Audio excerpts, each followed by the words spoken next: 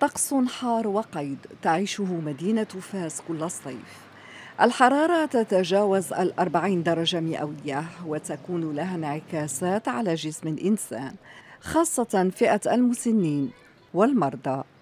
بشوارع المدينة يتجول المارة بقبعة واقية وقنينات مياه، وكل شخص يقاوم موجة الحر بأسلوبه. جيت لفاس ولقيت الحرارة مفرطة فيها، ودابا ما تنحيتي قرعة الماء من يدي. ودارينا الفريطة بردناها، خارجين كنتبردوا شوية. الهواء ديال ربي الحمد لله، اللهم لك الحمد. الحرارة المفرطة لها تداعيات صحية وخيمة. المستشفى الجامعي الحسن الثاني يستقبل حالات للمصابين بضربات الشمس، شيوخ ومرضى يعانون من أمراض مزمنة. هذه الحرارة زاد عليا الحال، جيت للطبيب استقبلوني، دوزني، شدوا لي البلاصة، شديت البلاصة، عطاوني البلاصة، رقدت فيها. الطبيب تيقول لي شربوا الماء وما ترمش الشمس، ما تمشيش للشمس.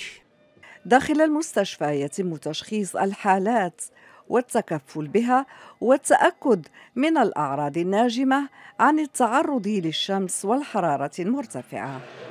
كاين واحد الأعراض اللي خصنا نكونوا عارفينهم. أولهم واحد الإحساس مفرط وماشي عادي ديال العياء. ثاني حاجة الحريق في الراس والدوخة وشي مرات حتى القيء. كاين حتى الإحساس بالعطش الشديد، واهم حاجه بطبيعه الحال هي ارتفاع درجه الحراره اللي شي مرات كتفوق 40 درجه. وينصح الأطباء بالوقاية واتباع النصائح التالية: نتجنبوا التعرض للشمس في اوقات الذروه، يعني من 12 ل 4. ثاني حاجه نشربوا الماء في هذه الفتره بكميات كبيره. ثالث حاجه نرتدي واحد الملابس اللي اللون ديالها يكون مفتوح، وديما نغطيو راسنا بقبعه واقيه من الشمس. الالتزام بالنصائح الطبية من شأنه الحفاظ على السلامة الجسدية للمسنين والمصابين بالأمراض المزمنة، فالتعرض للحرارة المفرطة تهديد ومجازفة، خاصة في أوقات الذروة.